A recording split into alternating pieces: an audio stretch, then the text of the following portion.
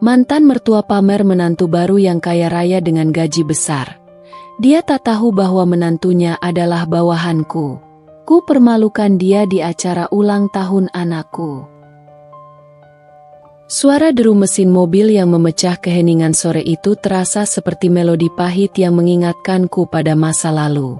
3 tahun. Sudah selama itu aku menyandang status janda. Namun kenangan akan hari-hari terakhir pernikahan kami masih membekas seperti ukiran di atas batu.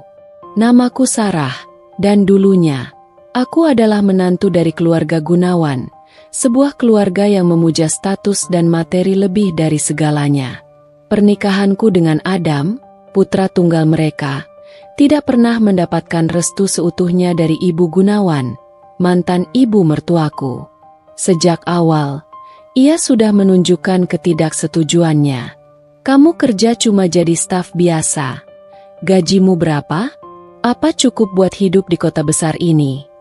Kalimat itu seringkali meluncur dari bibirnya, menusuk langsung ke ulu hati. Aku bekerja sebagai staf administrasi di sebuah perusahaan multinasional yang cukup ternama, namun baginya, posisiku itu tidak lebih dari sekadar pelengkap, tak sebanding dengan jabatan Adam sebagai manajer senior. Setiap pertemuan keluarga, aku selalu menjadi sasaran empuk. Ibu Gunawan akan membanding-bandingkan diriku dengan menantu dari teman-temannya yang konon memiliki latar belakang keluarga terpandang atau jabatan mentereng. Ia tak pernah peduli seberapa keras aku bekerja, seberapa tulus aku mencintai Adam, atau seberapa baik aku merawat rumah tangga kami. Baginya, nilai seseorang diukur dari nominal gaji dan status sosial. Adam, di sisi lain, berada di tengah-tengah. Ia mencintaiku, itu pasti. Namun, ia terlalu lemah untuk melawan ibunya. Ia selalu mencoba menenangkan. Sudahlah, sayang, biarkan saja. Yang penting kita bahagia. Tapi kebahagiaan itu perlahan terkikis oleh gunjingan dan tekanan tanpa henti. Konflik yang berulang dan ketidaknyamanan yang terus-menerus akhirnya menghancurkan pondasi pernikahan kami. Kami bercerai, dan yang paling menyakitkan, Adam tidak banyak berjuang untuk mempertahankanku. Ia menyerah. Setelah perpisahan, aku mengambil alih hak asuhannya. Putri kami yang saat itu masih berusia 3 tahun. Kehidupan yang dulunya terasa hampa kini dipenuhi oleh tekad baru. Aku tidak ingin Anya tumbuh dengan melihat ibunya menjadi sosok yang lemah. Aku ingin membuktikan, terutama pada diriku sendiri, bahwa aku bisa sukses tanpa bergantung pada siapapun. 3 tahun berlalu, dan kini aku duduk di ruang kerja pribadiku, di lantai tertinggi gedung kantor yang sama. Jabatanku telah berubah drastis dari staf administrasi menjadi Vice President, VP, of Business Development. Gaji bulanan yang dulu hanya cukup untuk membayar cicilan, kini telah berlipat ganda, memungkinkan aku membeli apartemen mewah dan menyekolahkan Anya di sekolah terbaik. Namun, semua pencapaian ini kusimpan rapat-rapat. Tidak ada yang tahu, bahkan Adam. Bagiku, ini bukan tentang pamer, melainkan tentang ketenangan dan kebanggaan pribadi. Setiap kali melihat wajah Anya yang ceria, aku tahu pengorbananku tidak sia-sia. Panggilan dari kalender digital di meja kerjaku berbunyi, mengingatkan satu acara penting, ulang tahun Anya yang ke-6. Aku sudah mengirimkan undangan ke keluarga besar, termasuk mantan ibu mertuaku. Sebuah ide terlintas di benakku, ide yang sudah lama terpendam, sebuah kesempatan untuk menunjukkan siapa diriku yang sebenarnya, tanpa kata-kata, tapi dengan sebuah momen yang tak terlupakan. Mungkin ini saatnya, setelah sekian lama, untuk menghadapi masa lalu dan menutup bab lama itu selamanya. Di ruang keluarga bergaya Victorian yang dipenuhi lukisan mahal dan perabotan antik, Ibu Gunawan tampak sedang menikmati teh sorenya. Namun, ketenangan di balik dinding-dinding mewah itu sebetulnya hanya ilusi. Ia duduk di sana bukan untuk bersantai, melainkan untuk mengamati Adam yang duduk di seberangnya, tenggelam dalam pikirannya sendiri. Wajah Adam yang biasanya cerah kini dipenuhi gurat lelah. "Adam, ibu sudah bilang, kamu harus segera melamar Siska," desak Ibu Gunawan untuk kesekian kalinya. Nada suaranya datar, namun mengandung tekanan yang tak terbantahkan. Gadis itu sempurna, cantik, cerdas, dari keluarga terpandang dan terhormat. Ayahnya pengusaha properti kenalan lama ibu. Jaringannya luas sekali. Dan yang paling penting, gajinya puluhan juta. Pikirkan masa depanmu. Nak, jangan terus-terusan melajang seperti ini. Apa kata teman-teman ibu kalau anak semata wayangnya tak kunjung punya pasangan mapan? Adam menghela napas. Ia merasa tercekik di rumahnya sendiri. Selalu saja perdebatan ini. "Bu, Siska memang baik, tapi aku belum yakin. Kami baru beberapa bulan pacaran," jawabnya pelan, mencoba menahan emosi yang mulai mendidih. Lagi pula, mengapa ibu selalu membicarakan gajinya? Apakah itu yang paling penting dalam sebuah hubungan? Pertanyaan Adam membuat Ibu Gunawan meletakkan cangkir tehnya dengan sedikit kasar di atas tatakan. Suaranya berubah tajam, penuh ketidakpuasan. "Tentu saja. Apa kamu pikir kebahagiaan bisa dibeli dengan cinta buta seperti saat kamu menikah dengan Sarah dulu? Ibu sudah lihat sendiri, bagaimana dulu Sarah membuatmu susah. Gajinya pas-pasan. Bahkan untuk beli tas bermerek saja ia harus menabung berbulan-bulan. Ia tidak pernah bisa menemanimu ke acara-acara penting karena merasa tidak selevel dengan istri-istri kolega-kolegamu. Ibu tidak ingin kamu mengulangi kesalahan yang sama."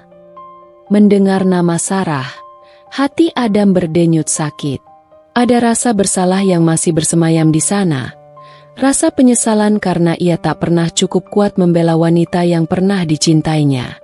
Ia tahu Sarah adalah istri yang baik dan ibu yang luar biasa. Namun tekanan dari ibunya terlalu berat. Ketidakberdayanya saat itu adalah aib yang terus menghantuinya. Ia pernah mencoba menjelaskan bahwa Sarah tidak pernah keberatan dengan itu semua. Bahwa mereka bahagia dengan cara mereka sendiri. Namun Ibu Gunawan tak pernah mau mendengar. Siska jauh berbeda. Ayahnya pengusaha properti sukses. Dia sendiri juga staf senior di kantor. Gajinya besar, karirnya cerah. Dengan Siska di sisimu, nama baik keluarga kita akan semakin terangkat. Kamu tidak perlu lagi merasa malu saat memperkenalkan pasanganmu, Ibu Gunawan melanjutkan, tanpa menyadari betapa kata-katanya menusuk hati Adam. Ibu sudah mengundang Siska ke acara ulang tahun cucu ibu nanti. Kamu harus datang bersamanya. Ini adalah kesempatan bagus untuk menunjukkan pada keluarga besar kita bahwa kamu sudah bisa move on dengan wanita yang jauh lebih baik. Adam hanya mengangguk, menyerah. Ia tahu percuma berdebat. Sejak perceraiannya, hidup Adam memang terasa lebih mapan secara finansial, sesuai dengan impian ibunya. Namun, ia merasa hampa. Ada sesuatu yang hilang, sesuatu yang tidak bisa dibeli dengan gaji besar atau jabatan tinggi. Ia selalu bertanya-tanya, bagaimana kabar Sarah dan Anya sekarang? Apakah mereka baik-baik saja? Ia tidak pernah berani bertanya, karena ia sadar, ia tidak lagi memiliki hak. Ia menatap kosong keluar jendela, melihat deretan mobil mewah yang terparkir di halaman. Semua ini, kekayaan, status, dan sanjungan ibunya, terasa seperti sangkar emas yang menjebaknya. Ia merindukan kesederhanaan, tawa Sarah, dan pelukan hangat Anya yang tulus. Namun, semua itu kini hanya tinggal kenangan. Ia tak tahu, tak lama lagi, sangkar itu akan terbuka dan menunjukkan realitas yang sama sekali berbeda dari yang ibunya bayangkan. Realitas yang akan mengguncang pondasi kesombongan Ibu Gunawan hingga ke dasarnya. Apartemen Sarah yang terletak di lantai 35 sebuah gedung pencakar langit di pusat kota terasa begitu hangat, jauh dari kesan steril yang sering melekat pada hunian modern. Dinding kaca yang membentang dari lantai ke langit-langit menampilkan pemandangan kota Jakarta yang gemerlap, menjadi saksi bisu perjalanan Sarah selama 3 tahun terakhir. Ia memang tidak memiliki rumah megah seperti milik Adam, tetapi apartemen ini adalah simbol kemandiriannya. Di ruang keluarga yang minimalis namun elegan, Sarah sibuk menata meja, dibantu oleh Anya yang bersemangat. "Ibu, nanti Paman Adam datang, kan?" tanya Anya, dengan mata coklatnya yang mirip sekali dengan Adam, berbinar-binar penuh harap. Di tangannya, sebuah balon unicorn berwarna pastel bergoyang-goyang. Sarah tersenyum hangat, mengusap lembut rambut putrinya yang dikepang. "Tentu, sayang, Paman Adam pasti datang.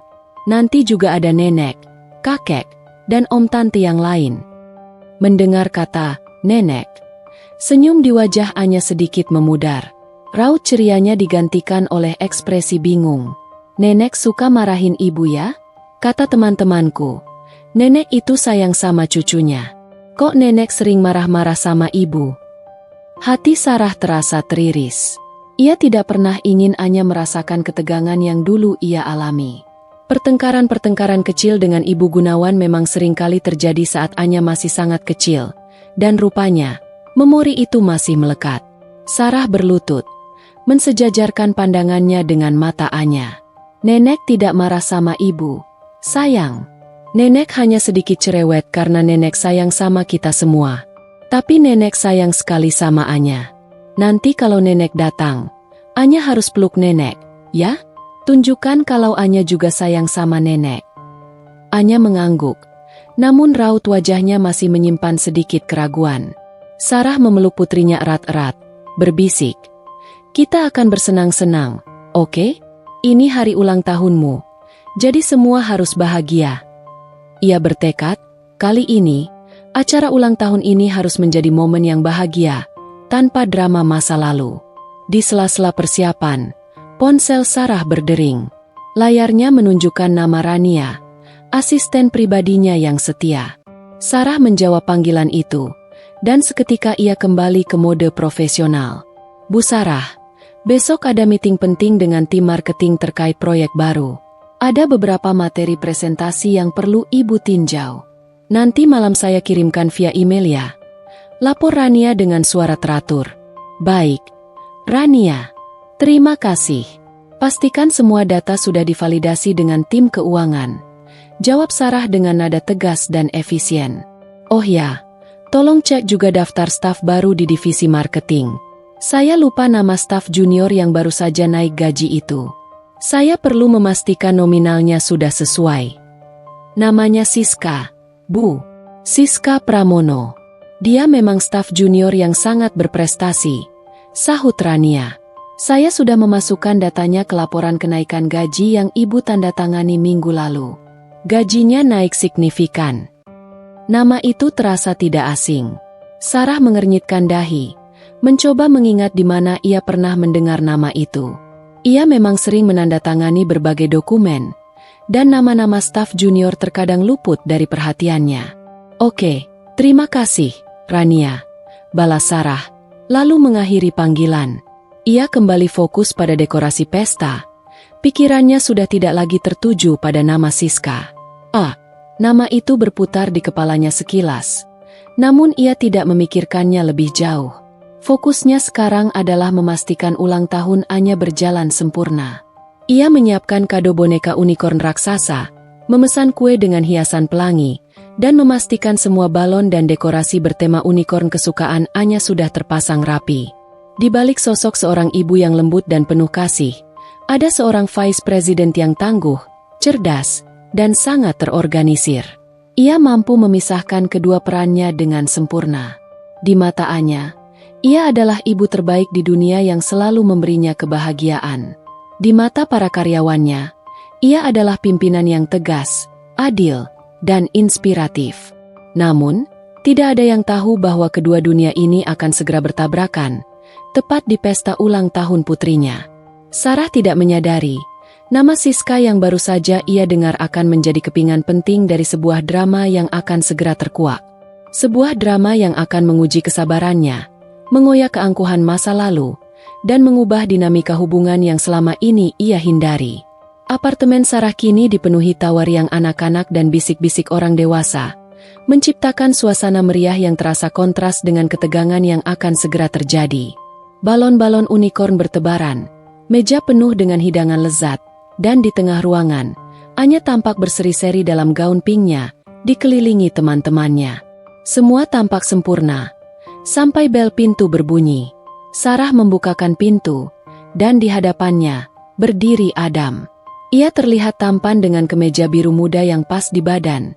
Namun ada sedikit kegugupan di matanya saat melihat Sarah. Sejenak, pandangan mereka bertemu, dan Adam melihat sesuatu yang berbeda dari mantan istrinya. Sarah yang dulu sering terlihat cemas dan tertekan, kini memancarkan aura tenang dan percaya diri.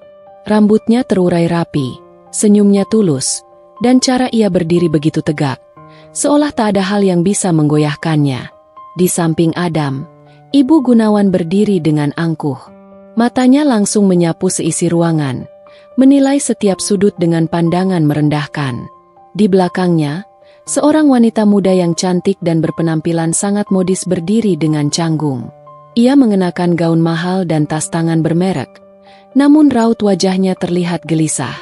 Jantung Sarah berdebar. Ia tahu siapa wanita itu. Ia adalah Siska, staf yang namanya baru saja disebutkan oleh Rania. Selamat ulang tahun, sayang. Adam langsung menghampiri Anya dan memeluknya erat. Raut wajahnya berubah menjadi tulus, penuh kasih sayang seorang ayah. Ia memberikan kado sebuah boneka beruang besar, dan Anya langsung kegirangan. Interaksi mereka seolah membuktikan bahwa meskipun orang tuanya berpisah, cinta Adam untuk putrinya tak pernah pudar. Namun, suasana hangat itu segera terganggu oleh kehadiran Ibu Gunawan yang menarik perhatian. Ia mendekat ke Sarah, menatapnya dari ujung rambut hingga ujung kaki. Jadi, ini pesta ulang tahunnya? Lumayanlah. Setidaknya kamu sudah bisa bayar apartemen sendiri, bukan? Tidak perlu lagi numpang di rumah Adam, sindirnya pelan. Namun suaranya cukup menusuk hingga bisa didengar oleh beberapa tamu terdekat. Sarah hanya tersenyum tipis. Selamat datang, Tante. Terima kasih sudah datang. Ia memilih untuk tidak menanggapi sindiran itu, menunjukkan kematangan yang tidak pernah ia miliki dulu. Ibu datang demi Anya, balas Ibu Gunawan. Lalu ia menoleh ke arah Siska dan menariknya ke depan. Kenalkan, ini Siska, calon menantu ibu. Dia bekerja di perusahaan yang sama dengan kalian. Hanya saja posisinya jauh lebih tinggi dari Sarah dulu. Siska ini staf senior di kantor. Beda dengan Yah, kalian tahulah. Katanya dengan suara lantang, memastikan semua orang di dekatnya bisa mendengar. Matanya kembali menatap Sarah dengan sorot kemenangan. Siska tampak sangat tidak nyaman. Wajahnya memerah, dan ia terus menundukkan kepala, menghindari tatapan mata Sarah. Sarah mengamati Siska.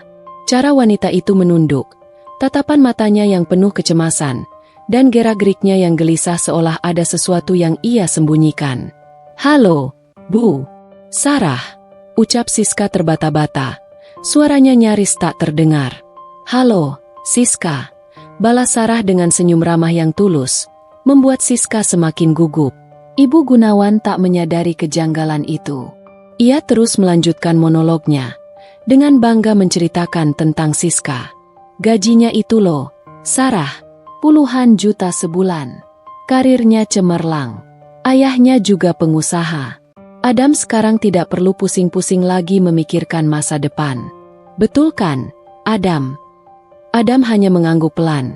Ia merasa tidak enak dengan situasi yang dibuat ibunya. Ia melihat ke arah Sarah, dan di matanya, ia melihat bukan lagi seorang wanita yang tertekan, melainkan sosok yang tenang dan berwibawa. Ada sesuatu yang berbeda dari Sarah yang ia kenal dulu, sesuatu yang lebih kuat dan matang. Di tengah pembicaraan Ibu Gunawan yang terus menyombongkan diri, Sarah melihat Siska sesekali mencuri pandang ke arahnya dengan tatapan penuh rasa bersalah dan cemas. Sarah sadar ada yang aneh, namun ia memilih untuk tidak bereaksi. Ia hanya tersenyum, menyiratkan bahwa ia mengerti lebih dari yang terlihat. Pesta ulang tahun yang seharusnya ceria kini terasa seperti panggung pertunjukan yang penuh dengan ketegangan. Ibu Gunawan menikmati perannya sebagai sutradara, tidak menyadari bahwa ia baru saja membangun panggung untuk kehancurannya sendiri. Setelah sesi tiup lilin yang meriah dan lagu ulang tahun yang membahagiakan, suasana di apartemen Sarah sedikit mencair. Anak-anak kini berpencar ke berbagai sudut ruangan, bermain dengan hadiah dan dekorasi, sementara para tamu dewasa berkumpul di ruang tamu, menikmati hidangan dan obrolan santai. Sarah melihat Siska berdiri sendirian di dekat jendela kaca, memandang keluar dengan tatapan kosong, gestur tubuhnya memancarkan kegelisahan yang nyata. Ia tampak seperti ikan yang terdampar di tengah lautan yang tidak ia kenali. Ini adalah kesempatannya. Dengan langkah tenang namun mantap, Sarah mendekati Siska. "Siska, apa kamu baik-baik saja?" tanyanya lembut. Suaranya berhasil memecah lamunan Siska. Siska terkejut, berbalik cepat, dan raut wajahnya berubah menjadi panik. Bu Sarah, Tia." Ia terlihat kebingungan, tidak tahu harus memanggil Sarah dengan sebutan apa. "Maaf, saya tidak enak badan. Saya harus pamit." "Tunggu, Siska." Sarah menahan lengannya dengan lembut, namun tegas.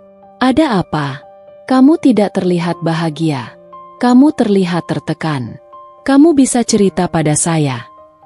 Siska menatap mata Sarah, dan di sana ia tidak menemukan sorot penghakiman atau kebencian seperti yang ia duga. Yang ada hanyalah tatapan pengertian, seolah Sarah tahu persis apa yang ia rasakan. Entah mengapa, ia merasa ada sesuatu yang memaksa semua kegelisahannya keluar. Air matanya mulai menggenang, membasahi sudut matanya. "Maafkan saya, Bu Sarah. Saya tidak bermaksud." Suaranya bergetar, penuh penyesalan. "Saya sama sekali tidak tahu Tante Gunawan itu mantan ibu mertua ibu. Saya merasa sangat bersalah." Sarah mengantar Siska ke balkon apartemennya, menjauh dari keramaian dan musik pesta. Angin sejuk menerpa wajah mereka, dan suara riuh pesta kini terdengar jauh. "Ceritakan pada saya, apa yang sebenarnya terjadi?" Siska mulai bercerita, dengan isak tangis yang tertahan. "Saya mengenal Pak Adam di kantor. Beliau banyak membantu saya dalam pekerjaan. Lalu Ibu Gunawan mendekati saya, mengajak saya makan siang, dan terus-menerus memuji saya. Awalnya saya merasa senang, Bu. Beliau bilang saya adalah wanita yang sempurna untuk Pak Adam. Ibu Gunawan sangat membanggakan gaji saya, jabatan saya, dan menganggap saya jauh lebih baik dari mantan istrinya." Siska menunduk, tak sanggup menatap Sarah. "Beliau bahkan tidak tahu kalau jabatan saya itu hanyalah staf junior di bawah ibu. Gaji saya yang puluhan juta itu tidak seberapa dibandingkan dengan gaji ibu sebagai vice president. Saya sudah mencoba bilang, tapi beliau tidak mau mendengarkan. Beliau hanya peduli dengan nominal, dengan angka yang bisa ia sombongkan kepada teman-temannya." Rasa sakit dan amarah yang sempat terpendam di hati Sarah kini berganti dengan rasa iba. Ia melihat Siska bukan sebagai musuh, melainkan sebagai korban lain dari kesombongan dan kebutaan materi Ibu Gunawan. Ia mengerti, Siska hanya berusaha bersikap baik pada calon mertuanya, dan terjebak dalam situasi yang tidak ia inginkan. Sama seperti dirinya dulu. "Jadi, kamu pacaran dengan Adam hanya karena ibu mertuaku?" tanya Sarah hati-hati, ingin memastikan. Siska menggelengkan kepalanya kuat-kuat, menepis tuduhan tak berdasar itu. "Tidak, Bu. Saya menyukai Pak Adam. Beliau baik, dan kami cocok. Tapi hubungan ini terasa sangat berat karena tekanan dari Ibu Gunawan. Beliau terus-terusan meminta saya pamer, membeli barang-barang mahal, dan berbicara tentang karir saya di depan teman-temannya, bahkan di media sosial. Saya merasa seperti boneka yang hanya bisa bergerak sesuai keinginan beliau," ucap Siska, akhirnya menangis terseduh-seduh. "Saya tidak ingin seperti ini. Saya lelah berpura-pura." Sarah menepuk bahu Siska, menenangkannya. Ia kini melihat gambaran yang lebih jelas. Ibu Gunawan, dengan segala kesombongannya, telah menemukan mainan baru untuk dibanggakan, tanpa benar-benar peduli pada perasaan Adam maupun Siska. Ironisnya, mainan itu adalah bawahan langsungnya sendiri, yang bahkan tidak sebanding dengan pencapaiannya. "Siska, tenanglah. Saya tidak marah padamu," kata Sarah. Saya mengerti. Saya pernah ada di posisimu. Tapi ada satu hal yang Ibu Gunawan tidak tahu, dan akan menjadi kejutan besar untuknya nanti. Mata Siska yang basah menatap Sarah penuh tanda tanya. Sarah hanya tersenyum misterius. Ia tahu, momen untuk mempermalukan Ibu Gunawan secara elegan akan segera tiba. Babak baru dari drama ini baru saja dimulai, dan Sarah siap menjadi sutradara dari panggung yang telah disiapkan oleh mantan ibu mertuanya sendiri. Setelah Siska kembali ke ruang pesta dengan mata yang sedikit sembab, Sarah merasa ada ketenangan aneh yang menyelimuti dirinya. Kebimbangan yang ia rasakan sebelumnya, kini tergantikan oleh sebuah kepastian yang dingin. Ia mengamati Ibu Gunawan yang masih asyik mengobrol, menyombongkan Siska dengan detail yang dramatis, dari gaji yang puluhan juta, jabatan, staf senior, hingga latar belakang keluarga yang ia klaim terpandang. Sarah tersenyum tipis, sebuah senyum yang tidak sampai ke mata. Ibu Gunawan tidak tahu bahwa setiap pujian yang ia berikan pada Siska, sejatinya adalah pujian untuk Sarah sendiri, karena ia adalah orang yang mempromosikan dan menggaji Siska. Dengan langkah yang mantap, Sarah mengambil ponselnya dan mengirim pesan singkat kepada Rania, asisten pribadinya. Rania, tolong siapkan materi presentasi untuk meeting besok. Masukkan slide tentang struktur organisasi terbaru tim marketing dan daftar kenaikan gaji staf junior yang baru saja kita setujui. Tampilkan nama-nama dan jabatan mereka dengan jelas. Tolong kirimkan ke email saya malam ini. Ya, ada beberapa hal yang perlu saya cek ulang. Sarah sengaja melakukan ini. Ia tahu, Ibu Gunawan adalah orang yang suka sekali mencari tahu detail-detail yang bisa ia gunakan untuk pamer. Sarah yakin, dengan sedikit petunjuk, Ibu Gunawan akan merasa penasaran dan mencari tahu tentang detail pekerjaannya yang sekarang.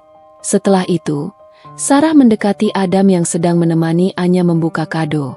Ia melihat Adam tersenyum tulus, senyum yang sudah lama tidak ia lihat. "Adam, bisa bicara sebentar?" tanyanya lembut, nadanya tidak menuntut. Adam mengangguk, sedikit terkejut. "Tentu." Ia mengikuti Sarah ke sudut ruangan yang lebih sepi, jauh dari keramaian tamu. "Bagaimana kabarmu?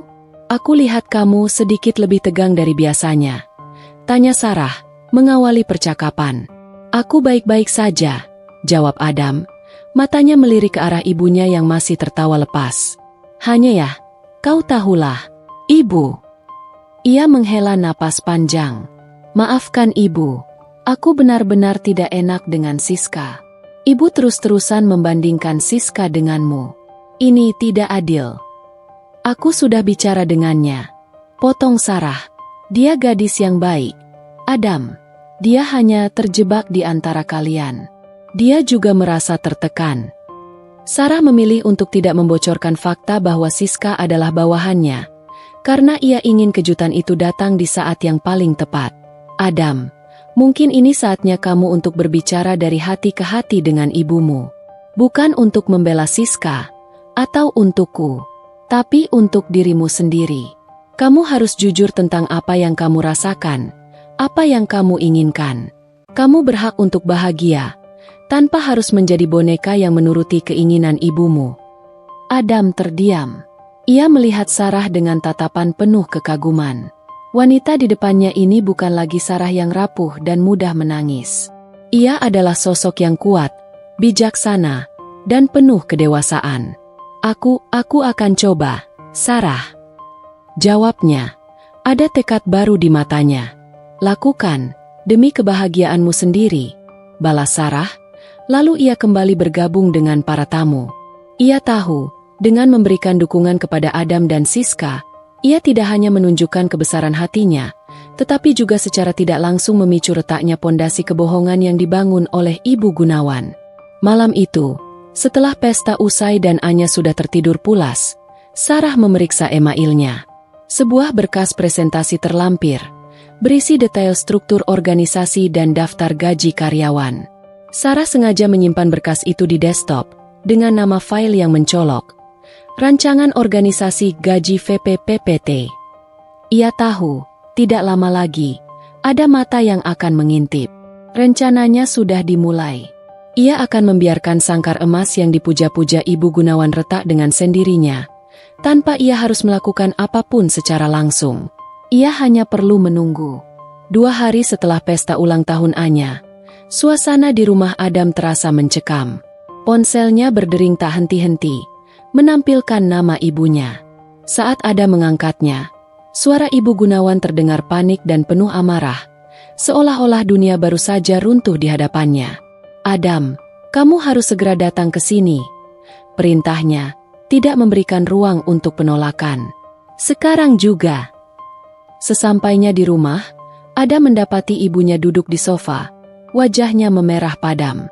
Rambutnya yang biasanya tertata rapi kini sedikit berantakan, menandakan kekacauan yang terjadi dalam pikirannya. Di tangannya, tergenggam sebuah ponsel yang layarnya menampilkan sebuah foto. Foto itu adalah tangkapan layar dari sebuah laporan perusahaan. Di seberang meja, ponsel Adam tergeletak, tempatnya biasa ia letakkan. "Lihat ini, Adam. Apa maksudnya ini?" Ibu Gunawan melemparkan ponsel itu ke meja dengan kasar. Adam mengambilnya, dan jantungnya langsung berdegup kencang. Foto itu adalah tangkapan layar dari email yang dikirim Sarah kepadanya, berisi foto-foto pesta ulang tahun. Adam terkejut.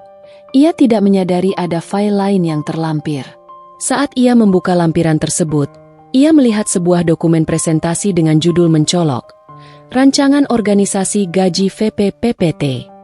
Isi dokumen itu membuat mata Adam terbelalak. Di sana tertera dengan jelas struktur organisasi divisi baru. Di paling atas, sebuah nama terpampang jelas, dicetak tebal dan besar. Sarah Pramudita, Vice President of Business Development. Di bawahnya, ada nama-nama manajer, dan di level junior, nama Siska Pramono tertulis sebagai staf marketing, dengan nominal gaji yang disebutkan. Gaji Siska memang puluhan juta, tapi jauh di bawah gaji Sarah, bahkan tidak mencapai seperempatnya. "Ibu, dari mana ibu mendapatkan ini?" tanya Adam, suaranya tercekat. Ia yakin Sarah tidak mungkin sengaja mengirimkan dokumen sensitif seperti itu. Sarah adalah seorang profesional yang sangat teliti. Ibu Gunawan menghela napas panjang, mencoba menenangkan diri. Ibu tidak sengaja melihatnya. Malam setelah pesta, ponsel ibu mati. Ibu meminjam ponselmu karena ingin menghubungi teman-teman ibu. Ibu membuka emailmu dan menemukan ini. Ibu pikir Sarah sengaja mengirimkannya untuk pamer, untuk membuat kita semua malu. Adam tahu ibunya berbohong. Ia ingat, ia hanya meninggalkan ponselnya di meja sebentar sebelum tidur. Sangat tidak mungkin Sarah mengirim email dengan judul yang begitu jelas. Ia curiga ada sesuatu yang lain. Ibu Gunawan pasti telah mengintip emailnya dan membuka dokumen itu. Ini adalah taktik lamanya. Jadi, Sarah sekarang adalah seorang vice president. Adam bergumam, lebih pada dirinya sendiri. Ia merasa malu dan terkejut. Selama ini ia mengira Sarah masih menjadi staf biasa. Dan Siska adalah bawahannya. Ibu Gunawan berdiri, berjalan mondar-mandir dengan gelisah. Ia tidak bisa menerima fakta ini. Ini tidak mungkin. Sarah hanyalah staf biasa. Bagaimana dia bisa menjadi seorang VP? Ini pasti ada yang salah. Dia pasti berbohong. "Tidak, Bu. Sarah tidak mungkin berbohong," jawab Adam tegas. Ia mengenal Sarah. Mantan istrinya itu memang ambisius dan pekerja keras. Ia menyadari, selama ini ia terlalu sibuk dengan dunia kecilnya dan tidak pernah mencari tahu perkembangan Sarah. Kesombongan ibunya telah menutupi fakta yang sebenarnya. Tiba-tiba, ponsel Adam berdering. Panggilan itu dari Siska. Suaranya terdengar cemas dan tertekan. "Mas Adam, Ibu Gunawan menelepon saya, menuduh saya berbohong tentang pekerjaan saya. Dia marah besar, bilang saya mempermainkan kalian. Dia bilang gaji saya tidak sebanding dengan gaji Bu Sarah. Saya takut." Adam merasa pusing. Kebohongan yang dibangun ibunya kini mulai runtuh, dan ia berada di tengah-tengah kekacauan ini. Ia menyadari, Sarah sengaja mengirim dokumen itu. Ia tidak sedang pamer, melainkan sedang mengirim pesan. Sebuah pesan yang sangat jelas. Jangan meremehkan saya. Rencana Sarah telah berjalan dengan sempurna.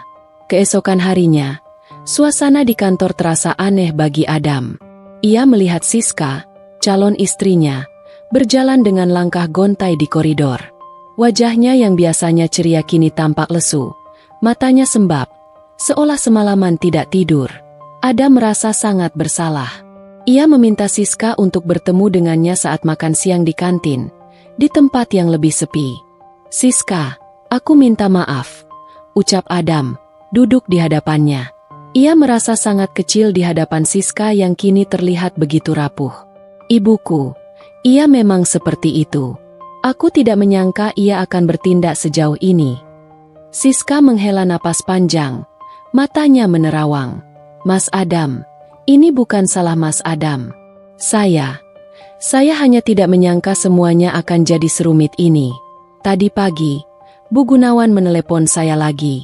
Beliau menuduh saya berbohong tentang pekerjaan saya. Dia marah besar. Dia bilang saya mempermainkan kalian." Suara Siska bergetar, menahan tangis yang sudah di ujung mata. Beliau bahkan mengancam akan membicarakan hal ini pada ayah saya, padahal ayah saya tidak ada hubungannya dengan semua ini. Adam mengernyitkan dahi. "Apa? Tapi kenapa? Kamu tidak salah. Ayahmu tidak perlu tahu hal ini." Beliau bilang, "Saya tidak jujur. Beliau bilang saya mempermainkan kalian demi naik jabatan di kantor. Padahal beliau tidak tahu saya bahkan tidak punya kekuatan sebesar itu." Siska kini benar-benar menangis. "Padahal, saya benar-benar menyukai Mas Adam. Hubungan kita ini jadi terasa tidak sehat." Siska mengeluarkan ponselnya, menunjukkan pesan-pesan dari Ibu Gunawan yang isinya penuh dengan caci maki dan tuduhan tak berdasar. Di sisi lain, Ibu Gunawan merasa malu dan terhina. Ia tahu Adam kini menjaga jarak. Ketika ia mencoba menelepon Adam, putranya selalu beralasan sibuk. Ia merasa rencananya untuk mendapatkan menantu sempurna yang bisa ia pamerkan telah hancur. Gaji puluhan juta yang ia banggakan ternyata tidak ada artinya di hadapan jabatan dan gaji Sarah. Nama Siska yang ia lulukan kini hanya menjadi sumber rasa malu. Ia merasa dikhianati oleh Siska, dan ia melampiaskan seluruh amarahnya pada wanita malang itu. Pagi itu, ia mencoba menelepon Sarah. Ia ingin memaki, menuduh, dan melampiaskan amarahnya. Namun, panggilannya tidak dijawab. Ia merasa frustrasi dan tidak berdaya. Ia tahu Sarah sengaja menghindarinya, dan itu semakin membuatnya marah. Sore harinya, Adam menemui ibunya di rumah. Ia datang bukan untuk berdebat, melainkan untuk memberikan pesan terakhir. "Bu, Siska memutuskan untuk mengakhiri hubungan kami," kata Adam dengan nada datar. Suaranya dipenuhi rasa kekecewaan. Dia lelah dengan semua tekanan ini. Ibu Gunawan terkejut. Ia berdiri dari sofa. "Apa? Dia meninggalkanku? Itu tidak mungkin. Dia gadis yang sempurna. Dia tidak mungkin melakukan itu. Bukan ibu yang ia tinggalkan, Bu, tapi hubungan kami. Dia tidak sanggup lagi dengan semua ini. Aku juga tidak." Adam menghela napas. "Mungkin ini saatnya, Bu, untuk ibu berhenti mengukur kebahagiaan dari status dan uang orang lain. Ibu tidak pernah benar-benar mengenal Siska. Ibu hanya mengenal gaji dan latar belakangnya." Ibu Gunawan terdiam, hatinya terasa kosong. Kebanggaan yang selama ini menjadi satu-satunya sumber kebahagiaannya, kini telah runtuh sepenuhnya. Ia tidak hanya kehilangan menantu yang ia banggakan, tetapi juga jarak dengan putranya. Ia menyadari, panggung yang ia bangun untuk pamer, kini telah menjadi panggung untuk kesepiannya sendiri. Ponsel Sarah berdering. Layar menunjukkan nama Adam, sebuah nama yang sudah lama tidak ia lihat. Ini adalah panggilan pertamanya setelah mereka bertemu di ulang tahun Anya. Sarah mengangkatnya. Nada suaranya terdengar profesional namun hangat, sebuah kombinasi yang sempurna untuk situasi ini. "Halo, Adam." "Sarah, maaf mengganggu. Ada yang ingin aku bicarakan." Suara Adam terdengar lelah, penuh penyesalan, seolah ia baru saja melewati badai besar. "Ini tentang ibu. Dia Dia ingin bertemu denganmu. Dia bilang ada hal penting yang harus diselesaikan. Sarah mengerti. Ini adalah momen yang ia tunggu-tunggu. Rencananya telah berjalan mulus. Dan kini, sang mantan ibu mertua yang angkuh itu akhirnya menyerah dan meminta pertemuan. Baik, Adam. Kapan dan di mana? Di kafe di dekat kantormu. Ibu ingin bertemu besok siang. Adam menyebutkan nama kafe yang sering menjadi tempat Sarah dan timnya makan siang. Sarah mengangguk, meskipun Adam tidak bisa melihatnya. Oke, sampaikan pada tante. Saya akan datang. Keesokan harinya, Sarah tiba di kafe yang dimaksud. Aroma kopi yang kuat menyambutnya, mengiringi langkahnya yang mantap. Di sudut ruangan, ia melihat Ibu Gunawan duduk sendiri. Wanita itu tampak jauh lebih tua dari yang ia ingat. Wajahnya tidak lagi dihiasi oleh senyum sombong, melainkan kerutan kekhawatiran dan rasa malu yang terpancar jelas. Rambutnya yang biasa disanggul rapi kini tergerai begitu saja. Sarah berjalan mendekat. "Tante," sapanya pelan. Suaranya berhasil menarik perhatian Ibu Gunawan yang sedang melamun. Ibu Gunawan mendongak. Matanya bertemu dengan mata Sarah, dan di sana ia melihat bukan lagi tatapan tertekan yang dulu ia dominasi, melainkan sorot mata yang kuat, penuh wibawa, dan sangat tenang. "Duduk, Sarah," ucapnya dengan nada dingin, mencoba mempertahankan sisa-sisa harga dirinya yang sudah terkikis. Setelah memesan minuman, Ibu Gunawan langsung ke intinya, tak ingin membuang waktu. "Kamu sengaja, kan? Kamu sengaja mengirim dokumen itu pada Adam. Kamu sengaja ingin mempermalukan ibu dan Siska di depan semua orang," tuduhnya, dengan suara berbisik penuh amarah. Jari-jarinya gemetar memegang cangkir tehnya. Sarah hanya tersenyum tenang. Ia tidak terprovokasi. "Tante, saya tidak mengirimkan apapun. Saya mengirimkan foto-foto ulang tahun Anya. Kalau ada dokumen lain yang terkirim, mungkin itu kesalahan teknis.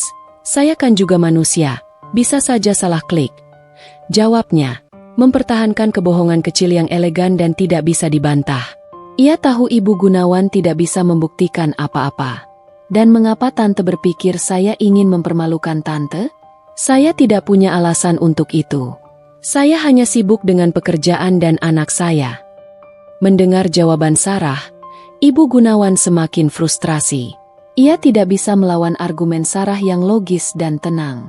"Lalu kenapa sekarang kamu jadi vice president? Itu tidak masuk akal. Kamu dulu hanya staf biasa." Ibu bahkan pernah bertanya, "Kenapa kamu tidak pernah naik jabatan? Ini pasti ada yang salah." "Tante, saya sudah bekerja keras selama 3 tahun terakhir. Banyak hal bisa berubah dalam 3 tahun, jawab Sarah, suaranya kini lebih tegas. "Seperti hubungan tante dengan Siska dan Adam. Saya dengar mereka putus. Apa itu karena gaji Siska tidak cukup besar untuk tante? Atau tante tidak bisa lagi memamerkannya kepada teman-teman tante?" Kalimat terakhir Sarah tepat sasaran, seperti panah yang menusuk langsung ke jantung ego Ibu Gunawan. Wajahnya langsung memucat. Ia tidak menyangka Sarah akan tahu detail itu. Tidak, Siska itu tidak jujur. Dia berbohong pada ibu tentang karirnya. Sanggah Ibu Gunawan, suaranya naik 1 oktav, tak peduli lagi dengan orang-orang di sekitarnya. "Dia tidak berbohong, Tante," balas Sarah. Suaranya tetap tenang dan tegas, namun penuh otoritas. "Dia hanya seorang staf junior yang berprestasi, sama seperti saya dulu. Bedanya, Tante terlalu sibuk membandingkan gaji saya yang dulu dengan gaji Siska yang sekarang. Tante tidak tahu bahwa gajinya itu jauh di bawah gaji saya, gaji yang saya terima sebagai atasan langsungnya." Kini, bukan hanya Ibu Gunawan yang diam. Seluruh kafe seakan hening. Para pengunjung yang tadinya tidak peduli kini mencuri pandang ke arah mereka. Sarah tidak perlu berteriak. Ia hanya perlu mengucapkan kebenaran yang pahit. Di hadapan Sarah, semua kesombongan Ibu Gunawan luntur. Keangkuhannya yang selama ini menjadi tameng kini hancur berkeping-keping. Ia tidak lagi bisa menyalahkan siapapun, karena ia sendirilah yang telah menciptakan panggung kehinaannya. Ibu Gunawan terdiam. Ia duduk kaku, Tangannya mencengkeram erat cangkir tehnya yang sudah dingin, seolah itu adalah satu-satunya benda yang bisa ia genggam di tengah kekacauan batinnya. Kata-kata Sarah bergaung di kepalanya, menghantam semua keangkuhan yang selama ini ia bangun. Ia mencoba mencari celah untuk membantah, untuk mempertahankan harga dirinya. Tapi semua yang diucapkan Sarah adalah fakta yang tak terbantahkan. Sarah tidak hanya membuktikan dirinya sukses, tetapi juga dengan cerdas menunjukkan bahwa Siska bukanlah tandingannya, meskipun Siska memiliki gaji yang besar. "Tante, saya harap Tante mengerti," lanjut Sarah dengan suara yang lebih lembut, seolah ia benar-benar merasa iba. "Tante tidak perlu menyombongkan orang lain untuk merasa hebat. Tante adalah tante, dan nilai tante tidak diukur dari jabatan atau gaji menantu. Kebahagiaan anak tante, Adam, jauh lebih penting daripada pamer." Sarah bangkit dari duduknya. Ia meletakkan beberapa lembar uang di meja untuk membayar minumannya, tanpa menunggu respons Ibu Gunawan. Ia berjalan menjauh, meninggalkan kafe dengan langkah yang mantap dan kepala tegak. Untuk pertama kalinya, Ibu Gunawan merasa kecil. Ia tidak hanya kehilangan menantu yang bisa dibanggakan, tapi juga rasa hormat dari orang yang paling ia remehkan. Sarah yang dulu ia sepelekan, kini telah melampaui segala ekspektasinya. Ia menyadari, selama ini ia hanya mengejar bayangan kebahagiaan yang semu, dan kini, bayangan itu telah lenyap sepenuhnya, menyisakan kekosongan yang menyesakan. Di sisi lain, Adam yang menunggu di mobil, menerima telepon dari ibunya. Suara ibunya terdengar berbeda, tidak lagi sombong dan mendominasi, melainkan putus asa dan rapuh. "Adam, Siska sudah putus denganmu?" tanyanya dengan suara gemetar, seolah baru pertama kali mendengar kabar itu. "Ya, Bu," jawab Adam, "sudah menduga. Karena ibu terus-terusan menekan Siska dan membuat hubungan kami jadi tidak sehat." "Sarah, dia datang ke sini." "Adam, dia membeberkan semuanya. Dia adalah atasan Siska di kantor. Dia seorang vice president." Ibu Gunawan berbisik, seolah tak percaya. Gaji Siska yang ibu banggakan itu tidak ada seperempatnya dari gaji Sarah. Ibu malu." Adam terdiam. Ia tidak kaget. Ia sudah menduga ini adalah bagian dari rencana Sarah. Namun, ia merasa hancur. Ia merasa malu pada ibunya. Dan lebih dari itu, ia malu pada dirinya sendiri. Selama ini ia terlalu pasif, membiarkan ibunya mengendalikan hidupnya. Dan kini ia kehilangan Siska, wanita yang ia cintai, serta harga dirinya di mata Sarah. Kebahagiaan yang ia pikir ia dapatkan dari materi, ternyata tidak ada artinya. Ia mematikan sambungan telepon. Ia mengendarai mobilnya pulang, melewati jalanan kota yang ramai, namun pikirannya kosong. Ia menyadari, selama ini ia berada di bawah bayang-bayang ibunya, dan kini bayangan itu telah hancur.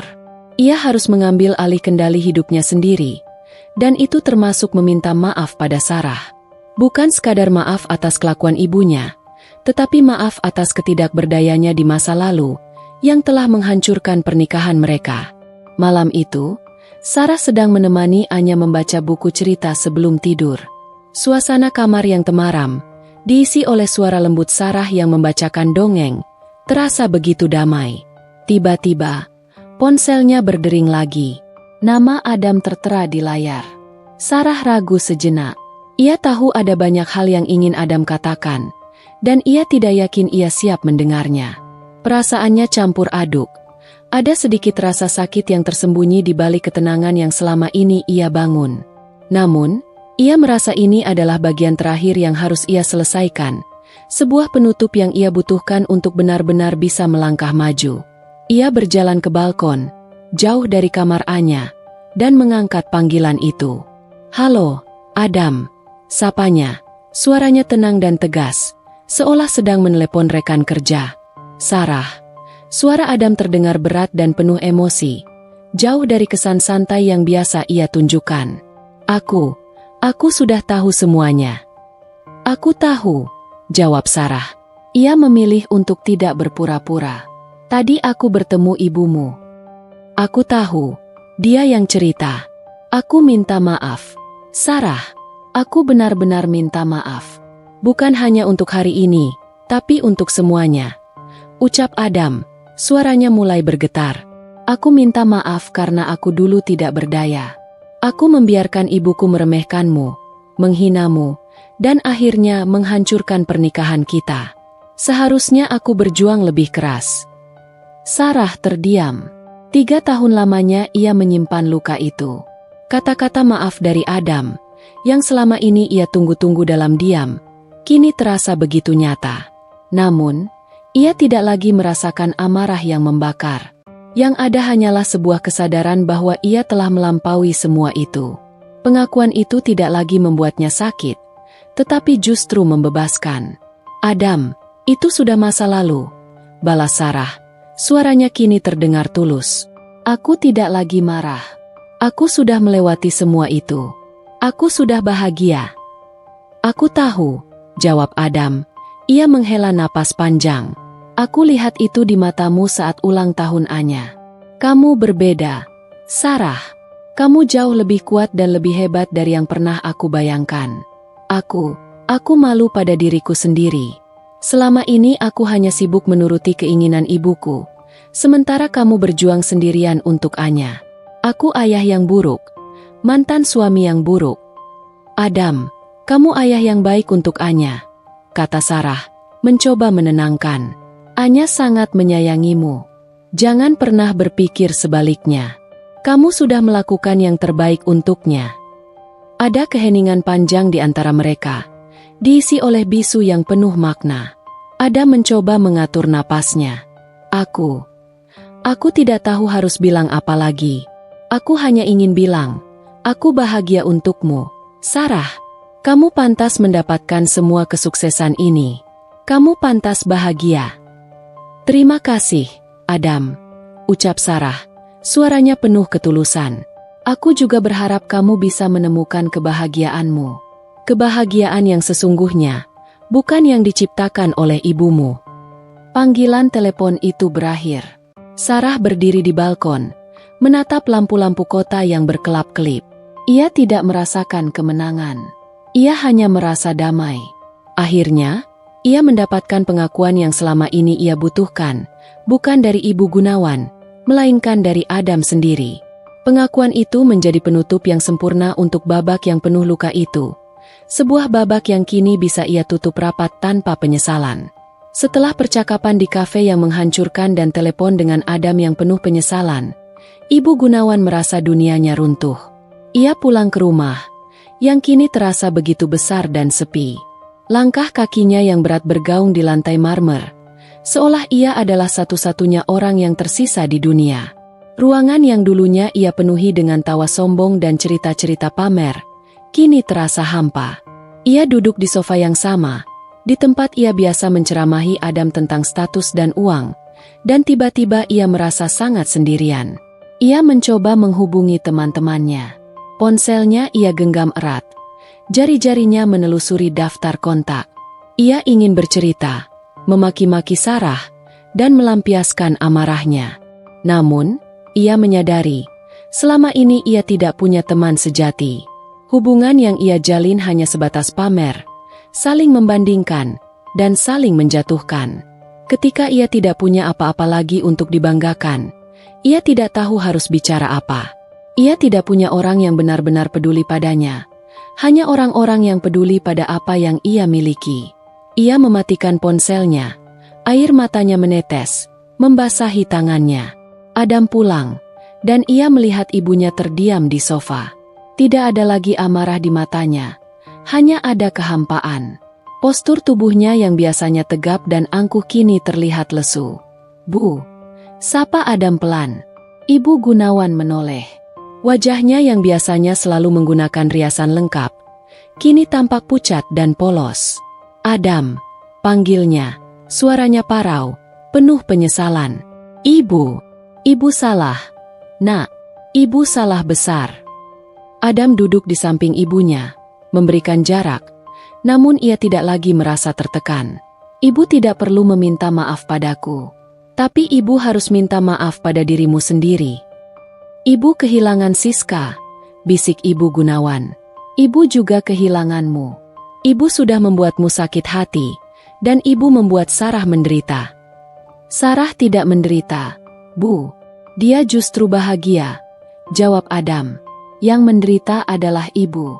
Karena ibu terus-terusan mengejar sesuatu yang tidak nyata. Malam itu, untuk pertama kalinya, Ibu Gunawan tidak berbicara tentang uang, jabatan, atau pamer. Ia berbicara tentang penyesalan. Ia menyesali cara ia memperlakukan Sarah. Ia menyesali tekanan yang ia berikan pada Adam. Dan ia menyesali hidupnya yang hanya berpusat pada pandangan orang lain. Ia menyadari, kekayaan dan status yang ia puja ternyata tidak bisa membeli kebahagiaan, apalagi cinta.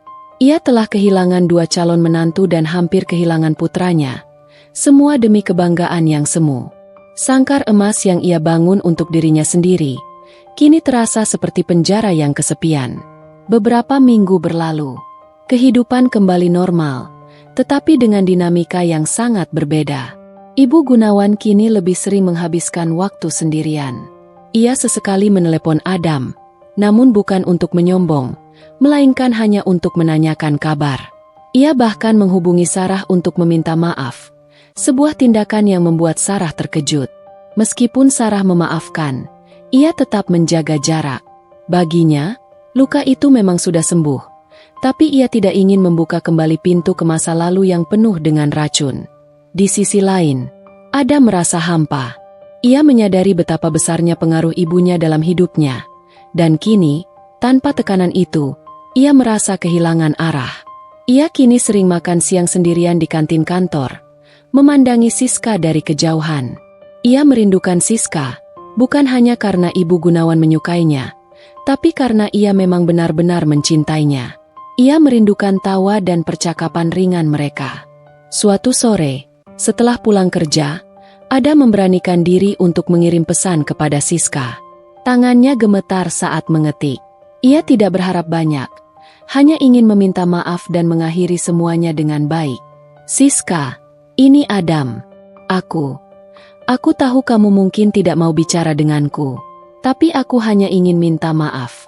Maafkan semua yang ibu lakukan. Aku seharusnya bisa melindungimu. Aku gagal. 1 jam kemudian, Siska membalas. Jantung Adam berdebar kencang. Aku butuh waktu sendiri, Mas Adam. Tapi terima kasih sudah mengerti. Jawaban itu memberikan sedikit harapan pada Adam. Ia tahu, Siska masih belum bisa melupakan sakit hati yang ia rasakan, tapi setidaknya, ia tidak menolak sepenuhnya. 1 minggu kemudian, Adam melihat Siska sedang duduk sendirian di bangku taman kantor. Ia sedang membaca buku, dan wajahnya tampak lebih tenang dari sebelumnya. Adam mengambil napas dalam-dalam, lalu berjalan menghampirinya. Langkahnya kali ini tidak ragu. Siska, sapanya pelan. Siska menoleh, matanya terlihat terkejut. Ia menutup bukunya. Mas Adam, ucapnya pelan. Adam duduk di sampingnya, menjaga jarak yang sopan. Aku tidak akan menekanmu, Siska. Aku hanya ingin bilang, aku benar-benar minta maaf. Aku menyesal. Seharusnya aku tidak membiarkan ibuku mengendalikan segalanya. Kamu pantas mendapatkan yang lebih baik. Siska menatap Adam. Ia melihat ketulusan di mata pria itu.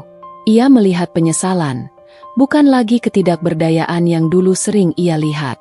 Aku juga minta maaf, Mas Adam. Aku seharusnya lebih jujur dari awal tentang pekerjaanku. Tapi aku takut. Aku takut ibu tidak akan menyukaiku jika aku jujur. Semua ini terjadi karena aku juga membiarkan kebohongan kecil ini terus berlanjut. Bukan salahmu, jawab Adam. Salahku, karena aku tidak tegas. Salah ibuku, karena ia terlalu mementingkan ego. Mereka berdua terdiam, menikmati sore hari di taman kantor. Obrolan mereka tidak lagi tentang Ibu Gunawan atau masalah di masa lalu. Mereka mulai berbicara tentang pekerjaan, tentang hobi, tentang rencana masa depan.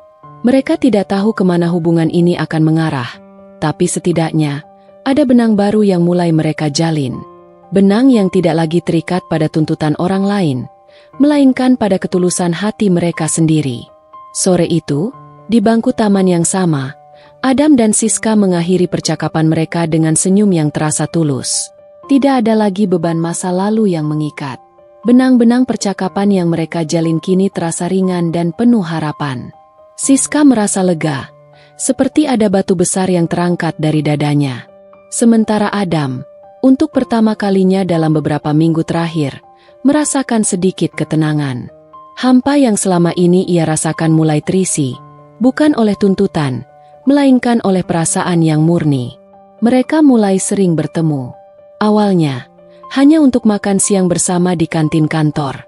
Kemudian, Adam memberanikan diri mengajak Siska makan malam. Siska menerimanya. Kencan pertama mereka terasa canggung, tetapi menyenangkan. Mereka bukan lagi sepasang kekasih yang harus berpura-pura di hadapan orang lain. Mereka adalah dua orang yang terluka, yang kini berusaha saling menyembuhkan. Suatu malam, saat mereka sedang makan di sebuah kafe kecil, Adam memberanikan diri untuk membahas masa lalu. Siska, aku tahu ini mungkin belum waktunya. Adam memulai dengan hati-hati. Tapi aku ingin kamu tahu, aku sudah bicara dengan ibuku. Aku bilang padanya kalau aku tidak mau lagi diatur soal siapa yang harus aku cintai. Aku mencintaimu, Siska, dan aku ingin membangun hubungan ini tanpa campur tangan siapapun. Siska menatapnya. Matanya berkaca-kaca. Ia melihat perubahan besar pada Adam. Pria di hadapannya bukan lagi Adam yang tak berdaya. Ia kini Adam yang berani. Terima kasih, Mas, bisik Siska. Aku menghargai itu. Tapi, aku butuh waktu. Aku ingin kita menjalani ini perlahan. Aku mau kita benar-benar saling mengenal, tanpa paksaan, tanpa bayang-bayang masa lalu. Adam mengangguk. Aku mengerti. Aku akan menunggumu.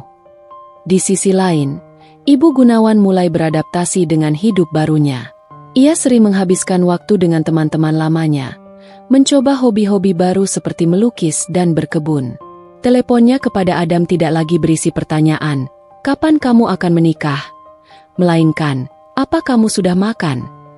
Perlahan, ia melepaskan kendali. Ia menyadari bahwa kebahagiaan sejati anaknya bukanlah di tangannya, melainkan di tangan Adam sendiri.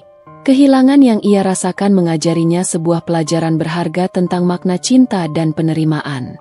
Hubungan Adam dan Siska perlahan tapi pasti kembali mekar. Mereka tidak lagi menyembunyikan pekerjaan Siska dari siapapun. Adam bahkan mengajak Siska untuk makan siang bersama teman-teman kantornya, termasuk Sarah. Pertemuan itu awalnya terasa tegang, tetapi Sarah menyambut Siska dengan hangat. Ia melihat senyum tulus di wajah Siska dan sorot mata penuh cinta dari Adam, dan ia tahu, mereka memang ditakdirkan untuk bersama. Aku senang melihat kalian berdua, bisik Sarah pada Siska saat Adam sedang memesan makanan. Aku minta maaf soal dulu. Aku seharusnya lebih berani melawan Ibu Gunawan. Tidak apa-apa, Sarah, jawab Siska. Semua itu sudah berlalu. Yang penting sekarang, kita semua belajar dari kesalahan. Suatu akhir pekan, Adam mengajak Siska ke tempat yang istimewa. Sebuah panti asuhan tempat Siska sering menjadi sukarelawan.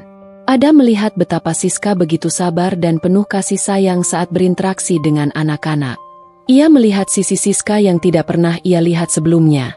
Kehangatan, ketulusan, dan jiwa sosial yang tinggi. Di sana, Adam tidak hanya jatuh cinta lagi pada Siska, tetapi juga pada kebaikan hatinya. Ia menyadari, inilah sosok yang selalu ia butuhkan di sisinya. Aku mengagumimu, Siska, ucap Adam sore itu, saat mereka sedang berjalan pulang. Bukan hanya karena kamu cantik, tapi juga karena hatimu. Kamu mengajarkanku bahwa kebahagiaan bukan tentang uang atau status, tapi tentang berbagi dan peduli. Siska tersenyum. Kamu juga, Mas Adam. Kamu mengajarkanku bahwa cinta sejati tidak pernah menyerah. Kamu berani berubah, dan itu adalah hal yang paling berharga bagiku. Mereka berdua berhenti di bawah pohon rindang. Adam meraih tangan Siska, menggenggamnya erat. Aku tidak ingin kita mengulang kesalahan yang sama.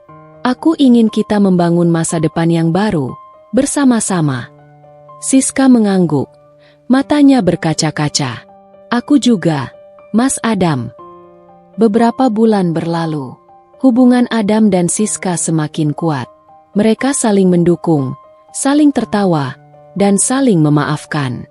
Mereka menikmati setiap momen, merajut kembali kisah mereka dengan fondasi yang jauh lebih kokoh.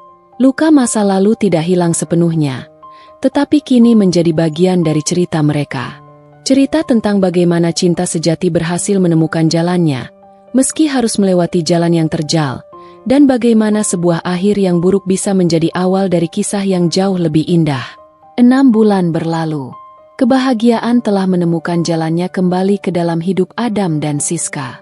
Mereka bukan lagi pasangan yang digerogoti keraguan dan ketakutan, melainkan dua orang yang yakin satu sama lain. Hubungan mereka tumbuh, kokoh, dan penuh dengan tawa. Namun, ada satu hal lagi yang harus diselesaikan Adam. Ia ingin ibunya benar-benar menerima Siska, bukan hanya sebagai teman anaknya, tetapi sebagai calon menantunya. Suatu sore, Adam mengajak ibunya makan malam di restoran yang tenang. Suasana di antara mereka sudah jauh lebih baik. Ibu Gunawan kini sering menelepon Adam untuk menanyakan kabar Siska. Tetapi, ada satu hal yang belum terucap secara langsung. Restu, Bu. Adam memulai dengan hati-hati setelah selesai menyantap hidangan utama. Aku ingin bicara soal Siska. Ibu Gunawan menatap Adam. Tidak ada lagi sorot mata yang penuh tuntutan.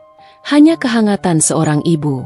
Ibu tahu, Nak, kalian berdua terlihat sangat bahagia. Ibu melihat bagaimana Siska menatapmu, dan bagaimana kamu menatapnya. Itu adalah cinta yang tulus. Air mata Adam sedikit menetes. Ia tidak menyangka ibunya akan mengatakan hal itu. Bu, aku mencintai Siska. Kami sudah membicarakan masa depan, dan kami ingin serius. Kami ingin menikah. Ibu Gunawan mengangguk. Ia meraih tangan Adam. Ibu tidak bisa meminta maaf atas semua yang sudah ibu lakukan. Tapi, yang bisa ibu lakukan adalah mendukung kebahagiaanmu. Bawa dia ke rumah besok sore. Ibu ingin bicara dari hati ke hati dengannya. Bukan sebagai calon menantu, tapi sebagai seorang ibu kepada putrinya. Keesokan harinya, Siska datang ke rumah Adam. Jantungnya berdebar kencang. Tetapi rasa takutnya telah tergantikan oleh keyakinan. Ia mengenakan pakaian sederhana namun rapi, rambutnya digelung. Saat Ibu Gunawan membuka pintu, Siska menyapanya dengan sopan. Silakan masuk, Siska, ujar Ibu Gunawan. Duduk di sini. Ibu Gunawan memulai percakapan dengan nada yang berbeda. Tidak ada lagi pertanyaan tentang latar belakang atau pekerjaan, melainkan tentang impian Siska, tentang hobi, tentang apa yang membuatnya bahagia. Mereka berbicara selama hampir 1 jam. Siska tidak lagi merasa terintimidasi. Justru ia merasa seperti sedang mengobrol dengan seorang ibu. Ia bercerita tentang panti asuhan, tentang anak-anak yang ia sayangi, dan tentang harapannya untuk membangun panti asuhan sendiri suatu hari nanti. Ibu Gunawan mendengarkan dengan penuh perhatian. Ia melihat ketulusan di mata Siska. Ia melihat kebaikan hati yang begitu besar. Siska, Ibu Gunawan akhirnya berkata, suaranya bergetar. Ibu tahu, ibu sudah menyakitimu.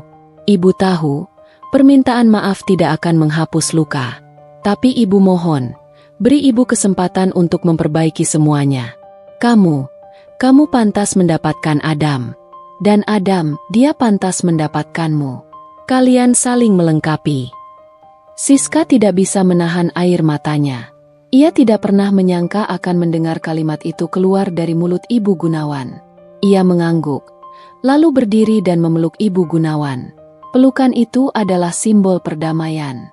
Pelukan seorang ibu dan anak, yang baru saja menemukan jalan untuk saling menerima. Pada akhirnya, Adam dan Siska menikah dalam upacara sederhana. Ibu Gunawan terlihat meneteskan air mata bahagia. Ia tidak lagi memaksakan kehendaknya. Ia kini tahu bahwa kebahagiaan sejati tidak bisa dipaksakan. Di pelaminan, Adam berbisik kepada Siska, "Kita berhasil, sayang. Semua ini karena kamu. Siska tersenyum, menyandarkan kepalanya di bahu Adam. Kita berhasil, Mas, karena kita tidak menyerah. Malam itu, setelah para tamu pulang, Ibu Gunawan mendekati Siska. Ia meraih tangan menantunya. Ibu bangga padamu. Siska, kamu bukan hanya menantu ibu, kamu adalah putri ibu sekarang. Siska memeluk Ibu Gunawan sekali lagi, merasakan kehangatan yang sama seperti saat ia memeluk ibunya sendiri. Perjalanan mereka penuh lika-liku, tetapi justru karena itulah, kebahagiaan yang mereka rasakan kini terasa jauh lebih berharga. Mereka telah menemukan satu sama lain, dan yang paling penting, mereka telah menemukan diri mereka sendiri, berkat cinta yang tak pernah menyerah. Kisah mereka bukan hanya tentang cinta romantis, tetapi juga tentang pengampunan, penerimaan, dan bagaimana sebuah akhir yang buruk bisa menjadi awal dari kisah yang jauh lebih indah. Kehidupan pernikahan Adam dan Siska terasa seperti angin segar. Jauh dari tuntutan dan tekanan masa lalu, rumah tangga mereka dibangun di atas fondasi komunikasi yang terbuka, saling menghormati, dan cinta yang tulus. Mereka kini menjalani hari-hari dengan senyum. Adam lebih fokus pada karirnya, bekerja dengan semangat baru yang tidak lagi didorong oleh ambisi ibunya, melainkan oleh keinginannya untuk membangun masa depan yang solid bersama Siska. Sementara itu, Siska tetap menjadi sukarlawan di panti asuhan, impian yang kini ia jalani dengan dukungan penuh suaminya. Ia sering menghabiskan sore hari di sana, bermain dan mengajari anak-anak membaca. Adam terkadang ikut serta, membantu memperbaiki mainan atau sekadar mengobrol dengan anak-anak. Mereka berdua belajar bahwa kebahagiaan sejati tidak datang dari status atau kekayaan, tetapi dari kepuasan hati dan kebersamaan.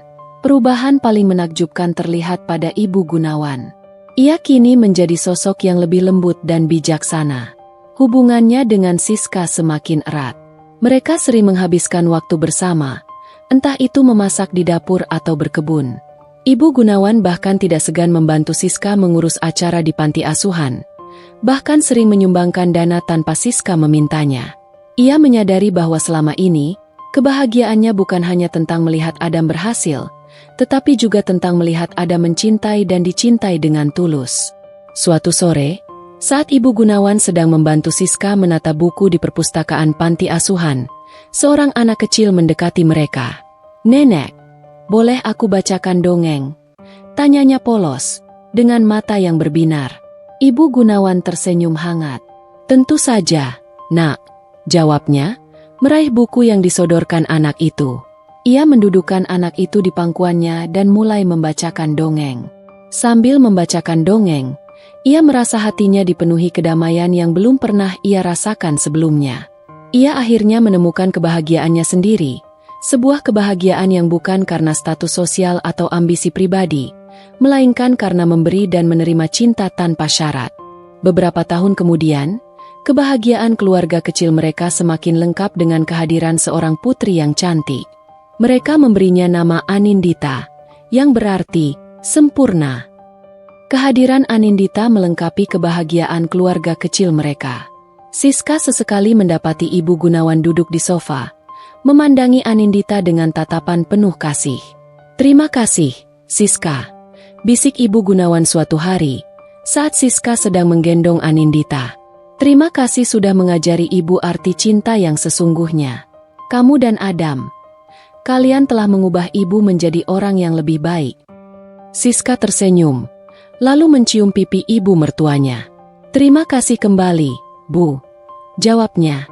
"Ibu juga sudah mengajari kami bahwa tidak ada kata terlambat untuk saling memaafkan."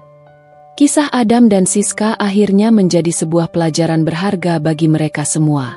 Bahwa cinta yang tulus akan selalu menemukan jalannya, bahwa pengampunan adalah kunci menuju kedamaian, dan bahwa sebuah lembaran baru selalu menanti untuk ditulis, asalkan kita berani melepaskan masa lalu. Mereka tidak hanya menemukan kebahagiaan, tetapi juga kedamaian batin yang sejati. Suatu sore yang cerah, Sarah menerima sebuah undangan.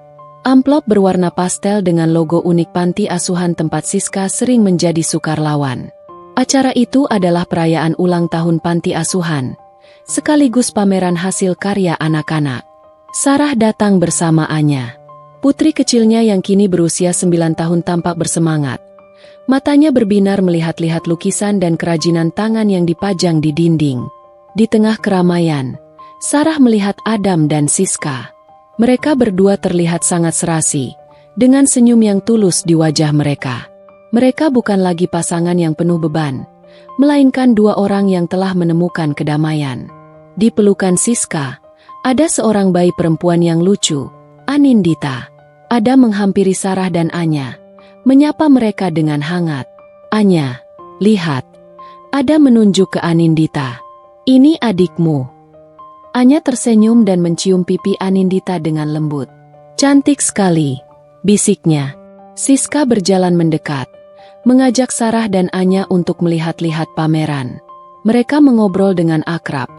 Tidak ada lagi ketegangan dari masa lalu. Tiba-tiba, suara Ibu Gunawan terdengar memanggil Siska dari kejauhan. Siska, kemari sebentar. Ibu Gunawan terlihat jauh lebih bahagia dan bersemangat. Ia menggendong seorang anak kecil yang digandeng oleh anak lainnya. Wajahnya berseri-seri, senyumnya tulus. Sarah, sapa Ibu Gunawan, terkejut melihat Sarah di sana. Ia berjalan menghampiri mereka. Terima kasih sudah datang. Selamat, Tante. Balas Sarah, panti asuhannya luar biasa. Anak-anak di sini sangat berbakat. Ini bukan apa-apa, jawab Ibu Gunawan, tersenyum bangga. Yang luar biasa itu Siska. Dia menginspirasi saya untuk melakukan ini. Ibu Gunawan menunjuk ke sebuah foto besar di dinding. Foto itu menunjukkan Siska dan Sarah berdiri bersama di hadapan logo perusahaan mereka. Di bawah foto itu, ada tulisan yang menjelaskan bahwa pameran ini didukung penuh oleh perusahaan tempat mereka bekerja. Siska adalah kepala proyek ini, bisik Ibu Gunawan. Proyek yang didukung oleh perusahaan Sarah. Mereka berdua yang memulai proyek ini bersama-sama. Sarah menatap Ibu Gunawan. Ia mengerti. Mantan ibu mertuanya itu akhirnya melihat Siska dan dirinya bukan sebagai saingan, tetapi sebagai rekan, sebagai keluarga. Sebuah senyuman tulus terukir di wajah Sarah. Di penghujung acara, Siska, Adam, dan Ibu Gunawan mendekati Sarah dan Anya. Ibu Gunawan meraih tangan Sarah. Sarah, ucapnya, terima kasih. Terima kasih sudah tidak menyerah. Dan terima kasih sudah mengajari saya apa arti kebahagiaan yang sesungguhnya. Sarah menatap mata Ibu Gunawan. Di sana, ia melihat penyesalan, ketulusan, dan rasa syukur. Ia membalas genggaman tangan Ibu Gunawan, dan tersenyum. Kisah mereka bukanlah sebuah cerita tentang balas dendam, melainkan sebuah kisah tentang bagaimana sebuah perpisahan bisa menjadi awal dari sebuah perjalanan untuk menemukan jati diri, dan bagaimana sebuah akhir yang penuh luka bisa menjadi awal dari sebuah lembaran baru yang penuh kebahagiaan. Beberapa tahun kemudian, kehidupan telah mengalirkan mereka ke arah yang berbeda, namun hati mereka tetap terhubung. Sarah, dengan jabatannya sebagai senior vice president, kini memimpin lebih banyak proyek filantropi, mengubah perusahaannya menjadi kekuatan yang lebih baik bagi masyarakat. Ia tetap menjadi ibu tunggal yang kuat dan penuh kasih bagi Anya, yang kini menjadi remaja cerdas dan mandiri. Hubungan mereka menjadi bukti bahwa keluarga tidak harus selalu lengkap, asalkan dipenuhi dengan cinta dan dukungan. Di sisi lain, Adam dan Siska berhasil mewujudkan impian mereka. Mereka mendirikan sebuah yayasan yang fokus pada pendidikan dan kesejahteraan anak-anak panti asuhan. Yayasan tersebut, yang diberi nama Anindita Foundation, berkembang pesat. Ibu Gunawan, yang kini menemukan kebahagiaan dalam memberi, bukan lagi dalam pamer, menjadi salah satu donatur terbesar dan penasihat utama yayasan itu. Ia menghabiskan sebagian besar waktunya dengan tulus membantu, menemukan kebahagiaan sejati dalam memberi, bukan lagi dalam pamer. Suatu sore, saat matahari terbenam, Adam dan Siska duduk di bangku taman panti asuhan. Putri mereka, Anindita, bermain dengan riang bersama Anya. Keduanya telah tumbuh menjadi sahabat. Aku tidak pernah membayangkan hidup kita akan seperti ini, bisik Siska, menyandarkan kepalanya di bahu Adam. Aku pikir, setelah semua itu, kita tidak akan pernah bahagia. Adam menggenggam tangan Siska erat-erat. Aku juga, jawabnya. Tapi kita berhasil. Kita berhasil karena kita memilih untuk saling memaafkan. Dan kita berhasil karena kita tidak pernah menyerah. Dari kejauhan, Sarah dan Ibu Gunawan melihat mereka. Ada keheningan yang nyaman di antara kedua wanita itu. Tidak ada lagi dendam. Tidak ada lagi rasa sakit. Yang ada hanyalah rasa syukur. Ibu Gunawan tersenyum pada Sarah. Sarah, ucapnya. Dulu, ibu selalu ingin menantu yang bisa dibanggakan. Tapi sekarang, ibu sadar, menantu yang bisa dibanggakan adalah yang bisa membuat anak ibu bahagia. Terima kasih sudah menjadi bagian dari cerita kami. Sarah membalas senyum itu. Dan terima kasih, Tante, balas Sarah. Sudah mengajari saya bahwa tidak ada kata terlambat untuk sebuah akhir yang bahagia. Di bawah langit senja yang damai, kisah mereka menjadi bukti bahwa setiap akhir adalah awal yang baru. Bahwa luka masa lalu bisa sembuh. Dan bahwa kebahagiaan sejati bukanlah tentang membalas dendam. Waktu terus berjalan. Dan tahun-tahun berlalu bagaikan air mengalir. Konflik masa lalu yang pernah melukai kini telah menjadi sebuah cerita inspiratif. Sebuah landasan yang kokoh untuk membangun masa depan yang lebih baik. Hubungan antara Sarah, Adam, dan Ibu Gunawan telah berevolusi menjadi sebuah ikatan keluarga yang tulus, ditempa oleh pengampunan, pengertian, dan rasa saling menghargai. Anya, kini seorang mahasiswi cerdas yang mengambil jurusan hukum, sering menghabiskan waktu luang di rumah Adam dan Siska, mengajari Anindita, adik tirinya, berbagai hal. Suatu sore yang hangat, Anya dan Anindita sedang duduk di bangku taman panti asuhan, membaca sebuah buku cerita. Terdengar tawa kecil di antara mereka. Siska, yang sedang menyiram bunga di sekitarnya, tersenyum melihat keakraban kedua putrinya. Senang sekali melihat kalian akrab, ucap Siska dengan tulus. Kak Anya itu hebat, Bu, jawab Anindita. Dia bilang, seorang perempuan harus bisa mandiri dan kuat. Seperti Tante Sarah. Siska menoleh ke arah Sarah yang sedang duduk di teras bersama Adam dan Ibu Gunawan. Ada kebanggaan yang terpancar di matanya. Adam, yang kini menjadi pengusaha sukses, mengobrol dengan Sarah. Obrolan mereka bukan lagi tentang masa lalu yang menyakitkan, melainkan tentang kolaborasi bisnis dan rencana masa depan. Mereka sedang membahas sebuah proyek besar untuk memperluas jangkauan yayasan yang mereka dirikan bersama. Kerja sama proyek amal antara perusahaanmu dan yayasan kita berhasil, Sarah, kata Adam. Kita berhasil membantu lebih banyak anak-anak, bukan hanya di kota ini, tapi juga di daerah-daerah terpencil. Aku senang mendengarnya, balas Sarah. Sejatinya, kita semua butuh satu sama lain untuk bisa menjadi lebih baik. Ibu Gunawan, yang mendengarkan percakapan itu, tersenyum. Ia meraih tangan Sarah, menggenggamnya erat-erat. Dulu, Tante pikir kesuksesan itu adalah tentang status dan uang. Ibu selalu ingin menantu yang bisa dibanggakan. Tapi sekarang, Tante sadar, kesuksesan yang sebenarnya adalah ketika kita bisa membantu orang lain, ketika kita bisa menjadi bagian dari kebaikan ini. Dan kebahagiaan yang sesungguhnya adalah melihat anak-anak ibu bahagia, saling melengkapi. Sarah menatap Ibu Gunawan. Ia melihat bukan lagi mantan ibu mertuanya yang angkuh, melainkan seorang wanita yang telah menemukan kedamaian batinnya. Kisah mereka, yang bermula dari sebuah perpisahan yang menyakitkan, kini menjadi sebuah cerita inspiratif yang tidak akan lekang oleh waktu. Sebuah cerita tentang bagaimana pengampunan bisa mengubah hati yang paling keras sekalipun, tentang bagaimana cinta sejati akan selalu menemukan jalannya, dan tentang bagaimana sebuah akhir bisa menjadi awal yang jauh lebih indah. Warisan yang mereka tinggalkan bukanlah kekayaan atau status, melainkan pelajaran berharga tentang kemanusiaan, pengampunan, dan cinta yang tulus. Kehidupan yang damai dan harmonis, yang mereka yakini telah mereka bangun di atas fondasi yang kokoh, ternyata hanya sebuah jeda. Kedamaian yang mereka ukir selama bertahun-tahun tiba-tiba terusik oleh kedatangan seseorang dari masa lalu yang tak terduga. Pagi itu, saat Sarah sedang memimpin rapat penting dengan timnya, membahas strategi proyek filantropi terbaru, Asistennya, Rania, masuk dengan wajah tegang. Ia berbisik, memutus presentasi Sarah. "Maaf mengganggu, Bu Sarah. Ada seorang tamu yang memaksa bertemu. Dia bilang ini sangat penting dan mendesak. Namanya Bimo." Jantung Sarah serasa berhenti berdetak. Nama itu, nama dari masa lalu yang terkubur dalam-dalam, tiba-tiba muncul kembali.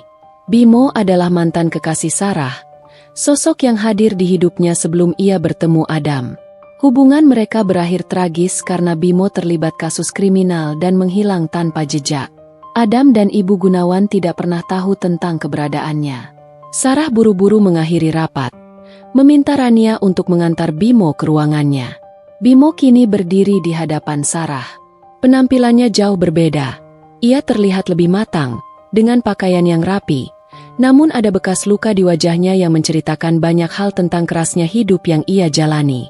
Matanya menatap Sarah dengan sorot yang penuh kerinduan dan penyesalan.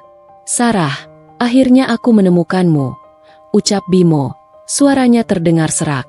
"Sudah lama sekali. Aku datang untuk menebus kesalahanku di masa lalu." Sarah menatapnya dengan waspada, menjaga jarak. "Bimo, apa yang kamu inginkan? Hubungan kita sudah lama berakhir." "Aku tahu," jawab Bimo. "Aku tidak ingin kembali padamu. Aku hanya ingin bertemu Anya. Dia putriku." "Sarah, aku tahu itu." Ucapan Bimo menghantam Sarah seperti palu godam. Nafasnya tercekat. Anya, putri kandungnya, buah dari hubungannya dengan Adam, adalah satu-satunya sumber kekuatannya. Tapi benih keraguan mulai tumbuh di hatinya, memutar kembali kenangan-kenangan masa lalu. Wajah Anya memang memiliki beberapa kemiripan dengan Adam, tetapi ada juga beberapa ciri yang mirip dengan Bimo. Ada masa-masa yang tumpang tindih antara hubungannya dengan Bimo dan Adam, sebuah rahasia yang ia simpan rapat-rapat. Ketakutan terbesar Sarah adalah Adam dan Ibu Gunawan mengetahui masa lalunya dengan Bimo. Ia takut Adam akan meragukan Anya dan, yang paling ia khawatirkan, Ibu Gunawan akan kembali menguasai hidupnya. Ia tahu, kehadiran Bimo bukan hanya mengancam kedamaiannya, tetapi juga kedamaian keluarga Adam dan Siska, warisan yang telah mereka bangun bersama. Ini adalah badai baru yang jauh lebih besar dari badai sebelumnya. Badai yang bisa menghancurkan semua yang telah mereka bangun. Semua pengorbanan, pengampunan, dan kedamaian yang mereka raih kini berada di ujung tanduk. Setelah Bimo pergi, Sarah duduk terpaku di kursinya, mencoba menenangkan jantungnya yang berdebar kencang. Tangannya gemetar. Kedatangan Bimo membangkitkan kembali semua kenangan pahit yang selama ini ia kubur dalam-dalam. Namun, yang lebih mengganggu adalah ucapannya. "Dia putriku, Sarah." Kata-kata itu bergaung di benaknya, menghancurkan ketenangan yang telah ia bangun. Sarah segera menghubungi Adam. Ia merasa harus memberitahu Adam tentang Bimo, tetapi ia tidak tahu harus mulai dari mana. Ia takut Adam akan meragukannya, meragukan cinta mereka di masa lalu, dan yang paling ia khawatirkan, meragukan Anya. Sarah memutuskan untuk bertemu Adam secara langsung, tanpa Siska dan Ibu Gunawan. Ia mengundang Adam ke sebuah kafe kecil dan tersembunyi, jauh dari kantor dan rumah mereka. Saat Adam tiba, ia melihat wajah Sarah yang pucat dan tegang. Kerutan kekhawatiran terlihat jelas di dahinya. "Ada apa, Sarah? Kamu terlihat tidak baik-baik saja," tanyanya, cemas. Sudah lama ia tidak melihat Sarah sekhawatir ini. Sarah mengambil napas dalam-dalam. Ia harus mengatakannya. "Ada seseorang yang datang menemuiku hari ini. Namanya Bimo." Wajah Adam langsung berubah. Nama itu terdengar asing baginya, tetapi ia bisa merasakan ketegangan yang terpancar dari Sarah. "Siapa dia?" tanyanya. Suaranya dipenuhi kecurigaan yang samar. Dia adalah mantan kekasihku, sebelum aku bertemu denganmu," jawab Sarah, suaranya pelan dan bergetar. "Hubungan kami sudah lama berakhir. Tapi dia datang kembali, Adam. Dia bilang Anya adalah putrinya." Adam terdiam, mencerna informasi itu. Selama ini, ia selalu mengira Anya adalah putri kandungnya. Ia tidak pernah meragukan hal itu. Namun, keraguan yang diucapkan oleh Bimo, yang kini diceritakan oleh Sarah, mulai menggerogoti hatinya. Sebuah memori samar melintas di benaknya, tentang bagaimana Sarah dulu sangat tertutup mengenai kehidupan sebelum pernikahan mereka. Kamu tidak pernah cerita tentang dia, ucap Adam, suaranya dingin, dipenuhi kekecewaan. Aku tidak ingin mengungkit masa lalu yang buruk, jawab Sarah, matanya berkaca-kaca. Aku tidak tahu harus bagaimana, Adam. Sarah merasa hancur. Ia tidak ingin menyembunyikan rahasia ini, tetapi ia takut akan konsekuensinya. Ia tahu, dengan mengungkapkannya, ia menempatkan semua yang telah mereka bangun di ujung tanduk. Adam menghela napas panjang, mencoba menenangkan dirinya. Kita harus melakukan tes DNA, potong Adam. Kita harus tahu kebenarannya. Demi Anya. Sarah mengangguk. Ia tahu ini adalah satu-satunya jalan. Namun, ia tahu, tes DNA ini bukan hanya tentang membuktikan siapa ayah Anya. Ini tentang rahasia yang telah ia simpan selama bertahun-tahun. Rahasia yang bisa menghancurkan kepercayaan yang begitu lama mereka bangun. Ia tahu, ia harus menghadapi konsekuensi dari semua ini. Beberapa hari setelah pertemuan rahasia di kafe, Sarah dan Adam membawa Anya untuk menjalani tes DNA. Suasana di klinik terasa begitu dingin dan tegang, seolah udara pun membeku. Anya, yang tidak mengerti apa-apa, bertanya dengan polos. Ayah, Bunda, kenapa kita di sini? Ini bukan tempat dokter biasa. Adam hanya bisa tersenyum kecil, membelai rambut Anya dengan tangan yang sedikit gemetar. Tidak apa-apa, sayang. Hanya pemeriksaan kesehatan biasa, agar kamu tumbuh sehat dan kuat. Ia tahu kata-katanya tidak meyakinkan, tapi ia tidak tahu harus berkata apa lagi. Sarah tidak bisa bicara. Ia hanya menunduk, takut menatap mata putrinya. Ia tahu, hidup mereka tidak akan sama lagi setelah hasil tes itu keluar. Ia merasa bersalah, bukan karena masa lalunya dengan Bimo, tetapi karena merahasiakannya dari Adam. Ia telah membiarkan luka lama menggerogoti kebahagiaan mereka. 1 minggu kemudian, sebuah amplop tebal sampai di tangan Adam. Ia menelepon Sarah, suaranya terdengar cemas dan putus asa. Hasilnya sudah datang. Kita bertemu di kafe yang sama. Sekarang. Sarah tiba lebih dulu, menunggunya dengan gelisah. Ia telah menyiapkan mentalnya untuk kemungkinan terburuk. Saat Adam duduk di hadapannya, ia meletakkan amplop itu di meja, tangannya gemetar. Aku tidak berani membukanya, Sarah, ucapnya, suaranya tercekat. Bagaimana jika Bimo benar? Sarah meraih amplop itu.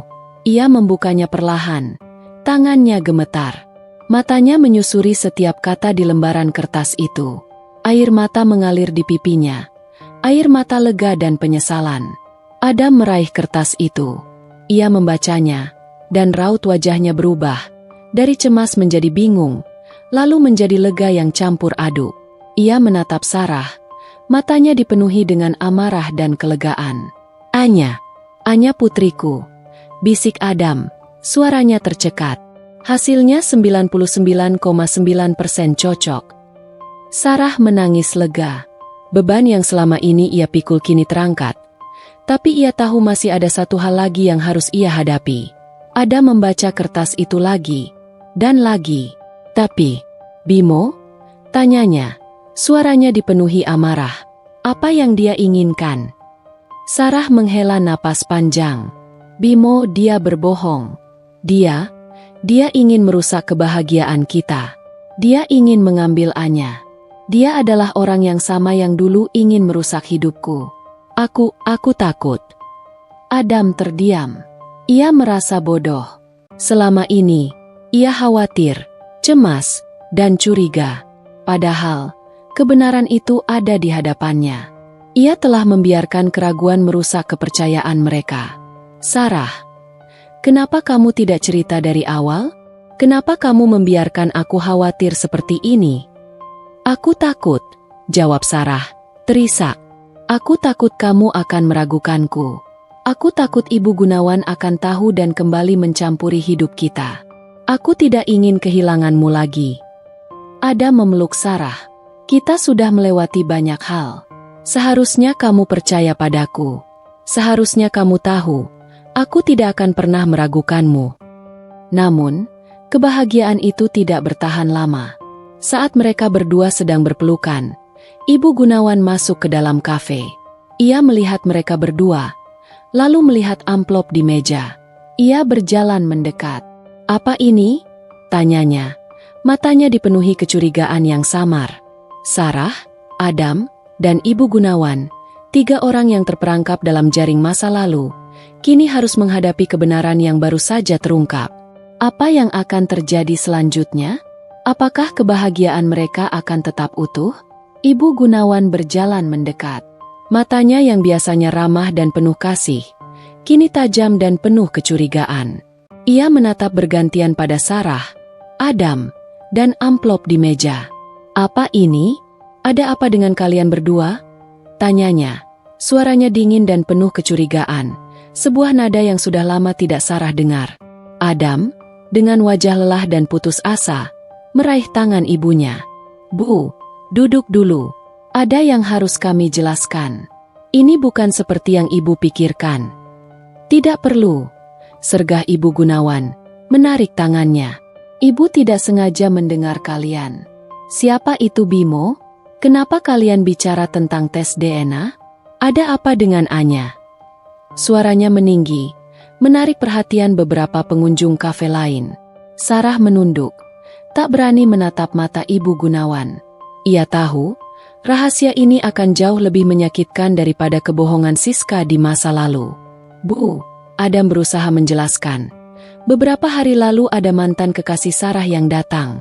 Dia bilang Anya adalah putrinya." Wajah Ibu Gunawan memucat. Ia menoleh ke arah Sarah. Matanya dipenuhi amarah yang membakar. "Jadi, kamu punya anak sebelum menikah dengan anak ibu. Dan kamu membohongi kami semua." Suaranya bergetar menahan amarah yang meledak-ledak. "Tidak, Tante. Tidak seperti itu." Sarah mencoba membela diri. "Aku tidak punya anak. Anya adalah putri kandung Adam." "Lalu kenapa ada tes DNA ini?" Ibu Gunawan mengambil amplop dari meja, membacanya cepat, dan tertegun. "Anya putri Adam, lalu kenapa ada keraguan?" Ia menatap Sarah. "Jawab, Sarah, apa yang sebenarnya terjadi?" Sarah akhirnya memberanikan diri. Aku dan Bimo sempat berpacaran sebelum aku bertemu dengan Adam. Hubungan kami berakhir, tapi dia kembali. Adam tidak pernah tahu tentang Bimo. Aku menyembunyikannya karena aku tidak ingin melukai siapapun." Ibu Gunawan terdiam. Hatinya terasa remuk. Selama ini, ia pikir masalah terbesar mereka adalah uang dan status, tetapi ternyata ada rahasia yang jauh lebih dalam. Luka lama yang pernah ia rasakan kini terulang kembali. Ia menatap Adam, lalu Sarah. Air mata mengalir di pipinya. Ia merasa dibohongi, merasa dibodohi, dan merasa bahwa pengampunan yang ia berikan ternyata tidak berbalas. "Kamu, Adam," bentak Ibu Gunawan. "Kenapa kamu tidak bilang tentang ini? Kenapa kamu membiarkan ibumu tahu terakhir kali?" "Aku baru tahu, Bu," jawab Adam, frustrasi. "Aku tidak pernah tahu tentang Bimo." Ibu Gunawan bangkit, mengambil tasnya, dan menatap Sarah dengan tatapan yang penuh luka. "Sarah, ibu pikir kita sudah berbaikan. Ibu pikir kita sudah menjadi keluarga. Tapi ternyata, kamu tidak pernah percaya pada ibu. Kamu tetap menyembunyikan hal ini." Tanpa menunggu balasan, Ibu Gunawan pergi. Ia meninggalkan kafe, meninggalkan Adam dan Sarah dalam keheningan yang penuh rasa sakit. Kedamaian yang mereka bangun bertahun-tahun kini hancur berkeping-keping. Setelah Ibu Gunawan pergi, Adam dan Sarah duduk dalam diam yang menyesakkan di kafe. Pikiran mereka dipenuhi kekhawatiran tentang retaknya kembali hubungan yang telah mereka bangun susah payah. Adam meraih tangan Sarah. "Jangan khawatir. Kita akan hadapi ini bersama," bisiknya, meyakinkan tidak hanya Sarah, tetapi juga dirinya sendiri. Malam itu, Adam menemui ibunya di rumah. Ibu Gunawan masih terlihat marah dan terluka. Ia duduk di sofa, menolak menatap Adam. Adam duduk di hadapannya dan dengan sabar menjelaskan segalanya. Tentang Bimo, tentang ketakutan Sarah, dan tentang hasil tes DNA yang membuktikan bahwa Anya adalah putri kandungnya. Bu, Sarah tidak pernah ingin menyakiti kita. Dia takut. Dia takut kehilangan semuanya. Sama seperti ibu takut kehilangan aku, jelas Adam. Tapi yang paling penting, Anya adalah putriku, dan itu tidak akan pernah berubah. Kebahagiaan yang kita miliki sekarang adalah nyata. Bu, jangan biarkan masa lalu merusaknya lagi. Ibu Gunawan terdiam, mencerna setiap kata putranya. Ia melihat luka di mata Adam dan menyadari bahwa kekecewaannya tidak sebanding dengan rasa sakit yang dialami Sarah dan Adam. Ia akhirnya menghela napas. Ibu mengerti. Ibu hanya tidak siap. Ibu minta maaf. Kata-kata itu terdengar tulus. Sebuah pengakuan yang sulit bagi seorang wanita sepertinya. Keesokan harinya, Adam dan Sarah menemui Siska. Mereka menjelaskan semuanya, dari awal hingga akhir, tanpa menutupi apapun. Siska mendengarkan dengan penuh perhatian. Ia tidak menghakimi Sarah, justru ia merasakan simpati yang mendalam. Ia melihat betapa Sarah dan Adam telah berjuang untuk mempertahankan kebahagiaan mereka. Sarah, aku mengerti, ucap Siska, meraih tangan Sarah. Aku tahu rasanya takut akan masa lalu. Aku sendiri pernah merasakannya.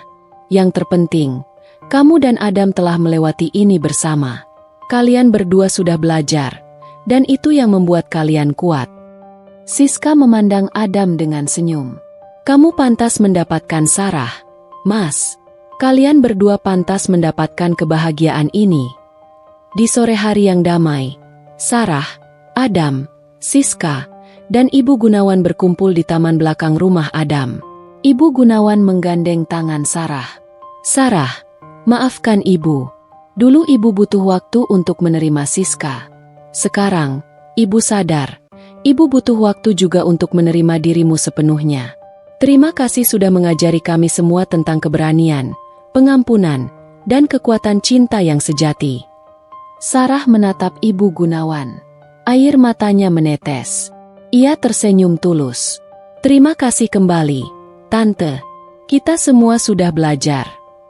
Kisah mereka, yang bermula dari kebencian dan berakhir dengan penerimaan, telah mengajarkan mereka semua sebuah pelajaran berharga, bahwa keluarga sejati tidak dibentuk oleh darah, tetapi oleh cinta, pengampunan, dan kesediaan untuk saling menerima apa adanya. Luka masa lalu tidak akan pernah hilang, tetapi mereka telah belajar untuk menjadikannya bagian dari cerita, bukan sebagai penghalang, melainkan sebagai pengingat akan seberapa jauh mereka telah melangkah. Mereka akhirnya menemukan akhir yang sejati, sebuah akhir yang penuh dengan harapan dan awal yang baru. Tamat.